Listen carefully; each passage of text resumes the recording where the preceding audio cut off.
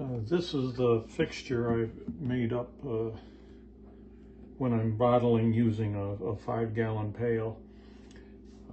It's simply a couple of 2x10s with hinges to attach them together so it pivots.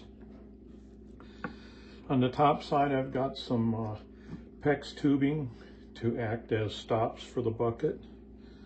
And in the back is another piece of PEX where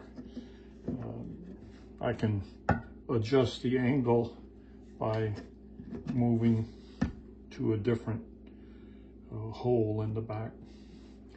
And what this is I will take a bucket with a honey gate and set it like this. And then, as I said, I can switch it and adjust the angle.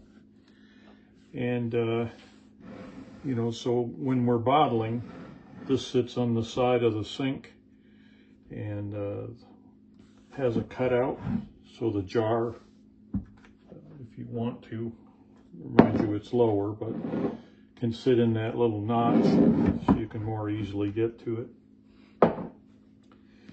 And the honey moves in the bucket towards the gate, and the higher you lift it, you know, as the bucket gets empty, it moves towards the gate.